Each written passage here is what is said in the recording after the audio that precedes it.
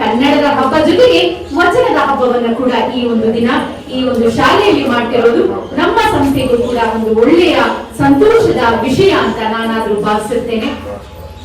ಮಕ್ಕಳೇ, ನೀವೆಲ್ಲರೂ ವಚನ ಸಾಹಿತ್ಯವನ್ನ ಅಧ್ಯಯನ ಮಾಡಿದಿರಿ. ಇವತ್ತೆಲ್ಲರೂ ವಚನಗಳನ್ನ ಹೇಳ್ತಾ ಇದ್ದೀರಿ. ನೀವು ಇನ್ನೂ ಅಧ್ಯಯನ ಮಾಡ್ಬೇಕು ಅಂದ್ರೆ ಶಾಲಾ ಕಾಲೇಜು, ಈಗ ಶಾಲೆ ಮಟ್ಟದಲ್ಲಿದ್ದೀರಿ, ಕಾಲೇಜು ಮಟ್ಟಕ್ಕೆ ಹೋದಾಗ ಇನ್ನೂ ಹೆಚ್ಚು ಅಧ್ಯಯನವನ್ನ ಮಾಡ್ತೀರಿ. ಈಗ ಏನ್ ಮಾಡ್ತಾ ಇದ್ದೀರಿ ಅಂದ್ರೆ ಪಠ್ಯ ಪುಸ್ತಕದಲ್ಲಿ ಸಾಕಷ್ಟು ವಚನಗಳನ್ನ ಕಲಿತಿದ್ದೀರಿ. ಯಾರ ವಚನ ಕಲಿತಿದ್ದೀರಿ? ಬಸವಣ್ಣನವರ ವಚನವನ್ನ ಇದೆ ನಿಮಗೆ. ಆಯ್ದಕ್ಕಿ ಲಕ್ಕಮ್ಮನ ಅವ್ರದಿರ್ಬೋದು, ಅಕ್ಕ ಮಹಾದೇವಿ ಅವ್ರದಿರ್ಬೋದು. ಹೀಗೆ ನಿಮಗೊಂದು 10 ಶರಣರ ಪರಿಚಯ ಆಗ್ಬೋದು.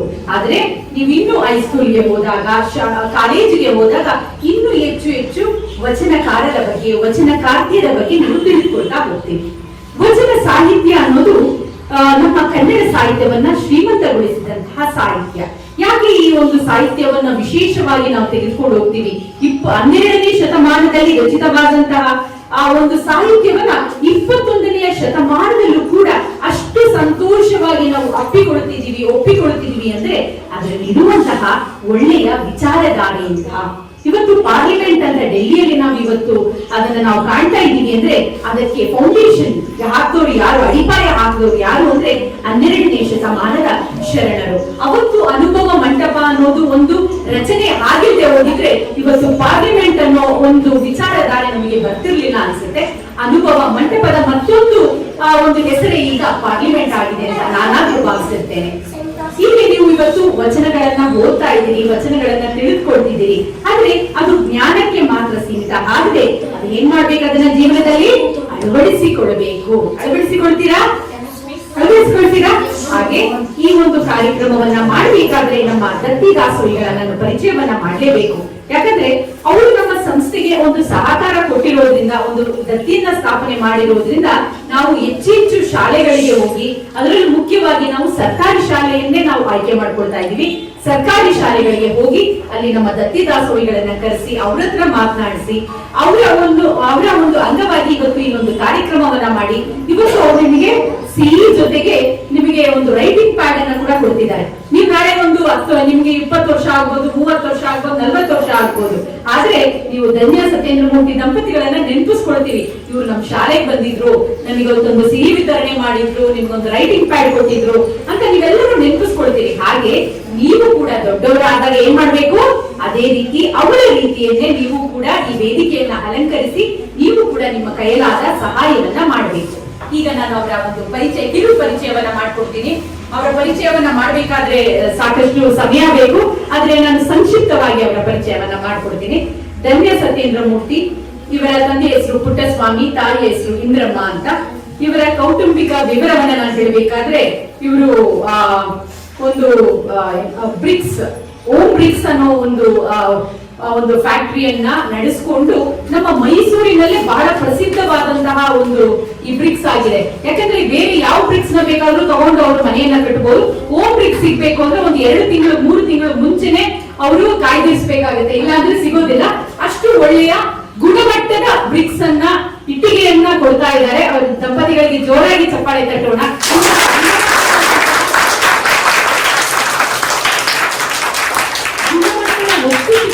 ಬಹಳ ಅಪರೂಪ. ಅಂತಹ ಗುಣಮಟ್ಟವನ್ನ ಇನ್ನೂ ಕೂಡ ಕಾಪಾಡಿಕೊಳ್ತಿದ್ದಾರೆ ಅಂತಂದ್ರೆ ಅವರ ಒಂದು ಪರಿಶ್ರಮ, ಅವರ ಒಂದು ಆಸಕ್ತಿ, ಅವರು ಒಂದು ಸಮಾಜಕ್ಕೆ ಮಾಡ್ತಿರುವಂತಹ ಸೇವೆ ಅಂತಲೇ ನಾವಾದ್ರೂ ಅದನ್ನ ಭಾವಿಸ್ಬೇಕು.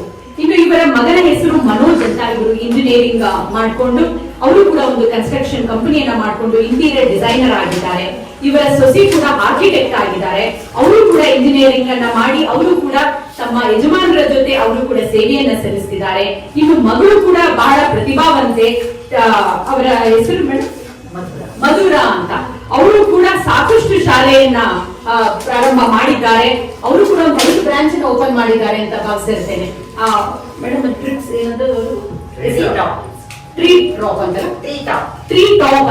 ಟ್ರೀ ಟಾಪ್ ಅನ್ನೋ ಒಂದು ಶಾಲೆಯನ್ನ ಅವರು ಕೂಡ ಓಪನ್ ಮಾಡಿ ಅವರು ಒಂದು ಶಿಕ್ಷಣ ಸಂಸ್ಥೆಗೆ ಅವರದೇ ಆದಂತಹ ಒಂದು ಕೊಡುಗೆಯನ್ನ ಕೊಟ್ಟಿದ್ದಾರೆ. ಇನ್ನು ಇವ್ರ ಬಗ್ಗೆ ಹೇಳ್ಬೇಕಂದ್ರೆ ಸಾಕಷ್ಟು ಸಂಘ ಸಂಸ್ಥೆಗಳಲ್ಲಿ ಇವರು ಭಾಗವಹಿಸ್ತಾ ಇದ್ದಾರೆ. ಮತ್ತೆ ನಮ್ಮ ಅರಿವಿನ ಮನೆ ಅಂತ ನೀವು ಜೆಪಿ ನಗರದಲ್ಲಿ ಕೇಳಿರ್ಬೇಕು. ಅರಿವಿನ ಮನೆ ಅಂತ ನಮಗೆ ನೆನಪಾದಾಗ ನಮಗೆ ನೆನಪಾಗುವಂತಹ ಮೊದಲನೆಯ ಹೆಸರು ನಮ್ಮ ಧನ್ಯ ಸತ್ಯೇಂದ್ರ ಮೂರ್ತಿ ಅವರದು. ಯಾಕಂದ್ರೆ ಅವರೇ ಆ ಒಂದು ಅರಿವಿನ ಮನೆ ಸಂಘದ ಒಂದು ಸಂಸ್ಥಾಪಕರಾಗಿ ಒಂದು ಸ್ಥಾಪನೆ ಮಾಡಿ ಇವತ್ತು ಬಹಳ ಒಳ್ಳೆಯ ಚಟುವಟಿಕೆಗಳನ್ನ ಮಾಡ್ತಾ ಆ ಒಂದು ಸಂಘ ಸಂಸ್ಥೆ ಮುಂದುವರಿತಾ ಇದೆ ಅಂತ ಹೇಳೋದಕ್ಕೆ ನಾನು ಬಹಳ ಸಂತೋಷ ಪಡ್ತೇನೆ. ಈಗ ಅವರು ಕಾರ್ಯದರ್ಶಿಯು ಕೂಡ ಆಗಿದ್ದಾರೆ. ಇನ್ನು ಅಭ್ಯುದಯ ಸಮಾಜದಲ್ಲಿ ಸಹ ಕಾರ್ಯದರ್ಶಿಯಾಗಿ ಅಧ್ಯಕ್ಷೆಯಾಗಿ ಕೂಡ ಸಂಸ್ಥೆಯನ್ನ ನಡೆಸಿಕೊಂಡು ಹೋಗ್ತಾ ಇದ್ದಾರೆ. ಇನ್ನು ಶರಣ ಸಾಹಿತ್ಯ ಪರಿಷತ್ತಿನಲ್ಲಿ ನಿರ್ದೇಶಕರಾಗಿದ್ದಾರೆ. ಕದಳಿ ಮಹಿಳಾ ವೇದಿಕೆಯಲ್ಲಿ ಸಹ ಕಾರ್ಯದರ್ಶಿಯಾಗಿದ್ದಾರೆ. ಜಿಪಿ ನಗರ ಲಯನ್ಸ್ ಕ್ಲಬ್ ಅಲ್ಲಿ ಸಂಸ್ಥಾಪಕ ನಿರ್ದೇಶಕರಾಗಿ ಸೇವೆಯನ್ನ ಸಲ್ಲಿಸಿದ್ದಾರೆ. ಜಿಪಿ ನಗರ ಜನ ಆರೋಗ್ಯ ಸಮಿತಿಯ ಸರ್ಕಾರಿ ಆಸ್ಪತ್ರೆಯ ಸೇವಾ ಕಾರ್ಯದಲ್ಲಿ 26 ವರ್ಷಗಳಿಂದ ಬಸವ ಬಳಗದಲ್ಲಿ ಸಕ್ರಿಯವಾಗಿ ಭಾಗವಹಿಸುತ್ತಿದ್ದಾರೆ. ಜೋರ ಚಪ್ಪಾಳೆ ತಟ್ಟಬೇಕು.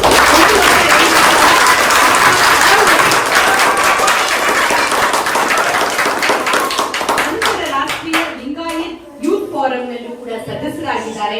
ಅಖಿಲ ಭಾರತ ವೀರಶೈವ ಮಹಾಸಭಾದ 2025ರ ಜಿಲ್ಲಾ ಮಹಿಳಾ ಘಟಕದ ಅಧ್ಯಕ್ಷರಾಗಿ ಆಯ್ಕೆಯಾಗಿ ಬಹಳ ಹೆಚ್ಚು ಚಟುವಟಿಕೆಗಳನ್ನ ಮಾಡ್ತಾ ನಾವೊಂದು ಸೇವೆಯನ್ನ ಸಲ್ಲಿಸ್ತಿದ್ದಾರೆ. ಬಹಳ ಸಂತೋಷ ಆಗುತ್ತೆ ಮೇಡಮ್. ಇನ್ನೂ ಹೆಚ್ಚಿನ ಸೇವೆ ನಿಮ್ಮಿಂದ ಆಗಬೇಕು, ಸಮಾಜಕ್ಕೆ ನಿಮ್ಮ ಒಂದು ಕೊಡುಗೆ ಸಿಗ್ಬೇಕು ಅಂತ ನಾನಾದ್ರೂ ಭಾವಿಸುತ್ತೇನೆ. ಇನ್ನು 2017 ಮತ್ತು 2018ರಲ್ಲಿ ಪ್ರಜಾಪಿತ ಬ್ರಹ್ಮಕುಮಾರಿ ಈಶ್ವರಿಯ ವಿದ್ಯಾಲಯ ಸಮಾಜ ಸೇವೆಯನ್ನ ಗುರುತಿಸಿ ಇವರಿಗೆ ಒಂದು ಗೌರವ ಸನ್ಮಾನವನ್ನ ಮಾಡಿದೆ. ಹಾಗೆ 2025 ಕಳೆದ ತಿಂಗಳು ಕಲಾಧಾರೆ ಕಲ್ಚರಲ್ ಟ್ರಸ್ಟ್ ಅವರು ಗುರುತಿಸಿ ಇವರಿಗೆ ಕಲಾ ಪ್ರೋತ್ಸಾಹ ಎಂಬ ಬಿರುದನ್ನು ನೀಡಿರುತ್ತಾರೆ. 16 ಸಂಘ ಸಂಸ್ಥೆಗಳನ್ನ ಮಾಡುತ್ತಿರುವ ಸೇವೆಯನ್ನ ಗುರುತಿಸಿ ಸನ್ಮಾನಿಸಿ ಪ್ರೋತ್ಸಾಹವನ್ನು ನೀಡುತ್ತಿರುತ್ತಾರೆ. ನೋಡಿ, ನಾನು ಹೇಳಿದ್ದು ಬರೀ ಸಂಕ್ಷಿಪ್ತವಾಗಿ ಕಿರು ಪರಿಚಯ ಹೇಳಿದ್ದು. ಅವ್ರ ಬಗ್ಗೆ ಹೇಳ್ಬೇಕಂದ್ರೆ ಬಹಳಷ್ಟು ಸಮಯ ಬೇಕು. ಆದ್ರೂ ಕೂಡ ನಾವು ಹೆಚ್ಚಾಗಿ ಹೇಳೋದಕ್ಕಾಗಲ್ಲ. ಸಂಕ್ಷಿಪ್ತವಾಗಿ ನಾವು ನಿಮ್ ಮುಂದೆ ಅವರ ಕೊಡುಗೆಯನ್ನ ನಾವು ಇಚ್ಚಿಟ್ಟಿದ್ದೇವೆ ಅಂತ ಹೇಳ್ತಾ, ಇಂತಹ ಒಳ್ಳೆಯ ದತ್ತಿ ದಾಸೋಹಿಗಳು ಇನ್ನಷ್ಟು ಶಾಲೆಗಳಿಗೆ ಬಂದು ಅವರ ಕೈಲಾದಂತಹ ಕೊಡುಗೆಯನ್ನ ಕೊಡಬೇಕು. ಹಾಗೆ ಅವರ ಕೊಡುಗೆಯನ್ನ ಪಡೆದುಕೊಂಡಂತಹ ನಿಮ್ಮಂತಹ ವಿದ್ಯಾರ್ಥಿಗಳೇನಾಗಬೇಕು, ಒಳ್ಳೆಯ ವಿದ್ಯಾಭ್ಯಾಸವನ್ನ ಪಡೆದುಕೊಂಡು ಒಳ್ಳೆಯ ಹುದ್ದೆಯನ್ನ ಅಲಂಕರಿಸಬೇಕು ಅಂತ ನಾನಾದ್ರೂ ಭಾವಿಸಿರ್ತೇನೆ. ಗುಹೇಶ್ವರರ ವಚನ ಒಂದು ನನಗೀಗ ನೆನಪಿಗೆ ಬರುತ್ತೆ. ನಾ ದೇವನಾದರೆ ನೀ ದೇವನೇ ಅಂತ ಹೇಳ್ತಾರೆ. ದೇವರು ಯಾರು? ನಾನಲ್ಲ ದೇವರು, ನೀನು ದೇವರು ಅಂತ ಹೇಳ್ತಾರೆ. ನಾ ದೇವನಾದರೆ ನೀ ದೇವನೇ ಅಂತ ಹೇಳಿ ಅವ್ರು ಹೇಳ್ತಾರೆ. ದೇವರು ನಾನ್ ಯಾಕೆ ಆಗ್ತೀನಿ ಅಂತ ಅಂದ್ರೆ, ನಾನು ಯಾರಾದ್ರೂ ಅಷ್ಟಾಗ ಅವರಿಗೊಂದು ತುತ್ತು ಊಟವನ್ನ ಕೊಡ್ತೀನಿ.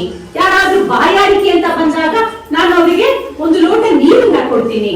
ಅದರಿಂದಾಗಿ ನಾನು ದೇವರಲ್ಲ, ನೀನು ದೇವರು. ನಾನು ಯಾರು ದೇವರು? ನೀನು ದೇವರಲ್ಲ, ನಾನು ದೇವರು ಅಂತ ಅಲ್ಲಮ್ಮ ಪ್ರಭು ಗುಹೇಶ್ವರನಿಗೆ ಅಂದ್ರೆ ಪರಮಾತ್ಮನಿಗೆ ಹೇಳ್ತಾರೆ ಅಂತಂದ್ರೆ, ನಾವೆಲ್ಲರೂ ಏನಾಗಬೇಕು, ಯಾರಾದ್ರೂ ಮನೆಗೆ ಬಂದಂತಹ ಆ ಅತಿಥಿಗಳಿಗೆ ನಾವೇನ್ ಮಾಡ್ಬೇಕು, ಪ್ರೀತಿಯಿಂದ ಒಂದು ಲೋಟ ನೀರನ್ನ ಕೊಡಬೇಕು. ಅವರಿಗೆ ಬಾಯಾರಿಕೆ ಆದಾಗ ಅವ್ರು ಯಾರಾದ್ರೂ ಹಸಿದು ಬಂದಿದ್ದಾರೆ ಅಂದ್ರೆ ಅವ್ರಿಗೆ ಏನ್ ಕೊಡ್ಬೇಕು, ನಾವು ಅವರಿಗೆ ಊಟವನ್ನ ಕೊಡ್ಬೇಕು. ಆಗ ದೇವ್ರು ಯಾರಾಗ್ತಾರೆ? ನೀವೇ ದೇವರಾಗ್ತೀವಿ.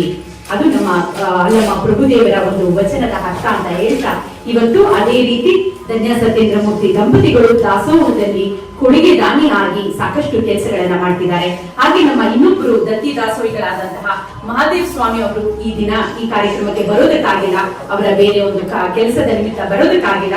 ಆದ್ರೂ ಕೂಡ ಅವರು ಕೂಡ ನಮ್ಮ ಫೌಂಡೇಶನ್ಗೆ ಒಂದು ದತ್ತಿಯನ್ನ ಕೊಟ್ಟು ಅವರು ಕೂಡ ನಮ್ಮ ಫೌಂಡೇಶನ್ ನ ಒಂದು ಮಾರ್ಗದರ್ಶಕರಾಗಿದ್ದಾರೆ. ಅವರು ನಿವೃತ್ತ ಅಧಿಕಾರಿಗಳು ಲ್ಯಾಂಡ್ ಆಗಿ ಇವರು ಕೂಡ ಸಾಕಷ್ಟು ಸಾವಿರಾರು ಜನರಿಗೆ ಅವರು ಉದ್ಯೋಗವನ್ನ ನೀಡಿದ್ದಾರೆ. ಮೊದಲು ನಾವು ಅನ್ಕೊಳ್ತೀವಿ ನಾವು ಮಾತ್ರ ಬದುಕಿದ್ರೆ ಸಾಕು ಅಂತ ಅಲ್ವಾ?